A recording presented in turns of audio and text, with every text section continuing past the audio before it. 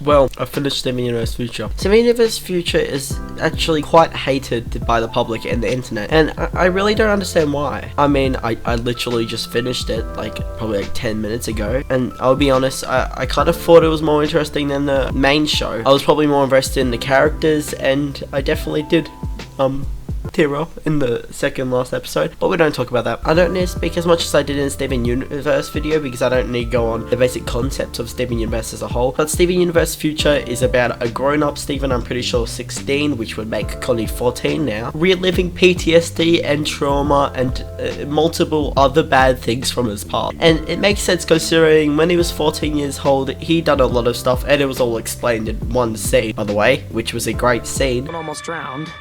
I lost control of my body and turned into a blob of cats. I almost turned so old I died.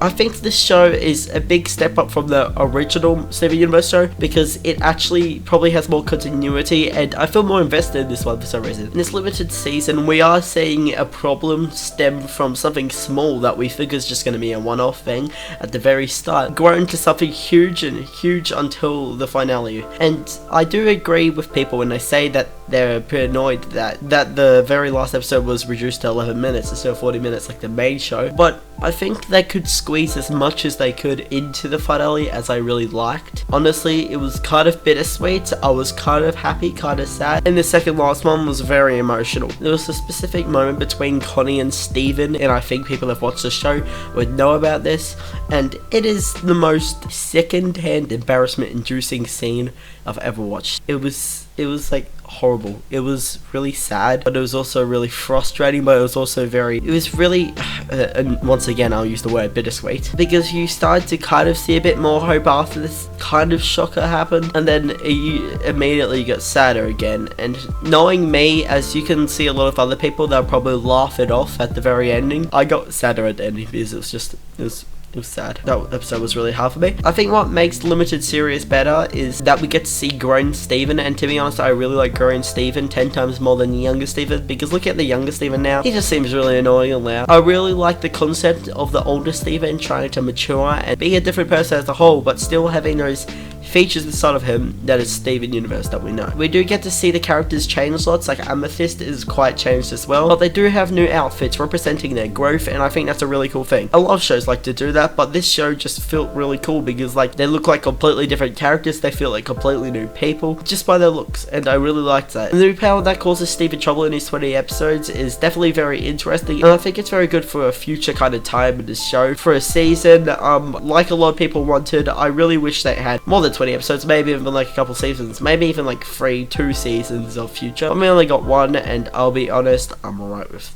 one season. But yeah, lots of people say it's a writing failure, and I really do not get why, because I really liked the plot. I thought it was done really well in this show, well, as the show as a whole, and also Future. And we only got to see Connie about 3 or 4 times, like in major segments of the show. I was a bit sad because, you know, I really like Connie. Connie's the best. But what we got to see of Connie was interesting, but it definitely added on to Steven's whole plot of this season, and also his stress levels and mental stability. I think it's really cool how his mental stability, PTSD, trauma, and everything about him, along with him being a teenager now, is also represented through a power, which is cool. Once again, this season has really good songs, especially the credit song. I really like the credit song, and the credits are definitely foreshadowing the last episode. I'm just gonna say that. Don't try to make any guesses. That's just a thing. That's just a thing that you should be aware of. And something I really like about this new era of the show is that we get a little home world where it's like a little home school for the gems and all the gems from the universe to come to, and Steven's like teaching at the start of the show, which I thought was really cool because it was like Steven is a big role model for all of them now. But yeah, I don't know what else to say. I do like how big chunks of this season / limited series are based on one kind of plot, and especially the last couple episodes, because it doesn't feel like one episode happens and it just doesn't matter to the rest of the season, and in reality it just feels like one episode happens, the other, it's all building up to this ending.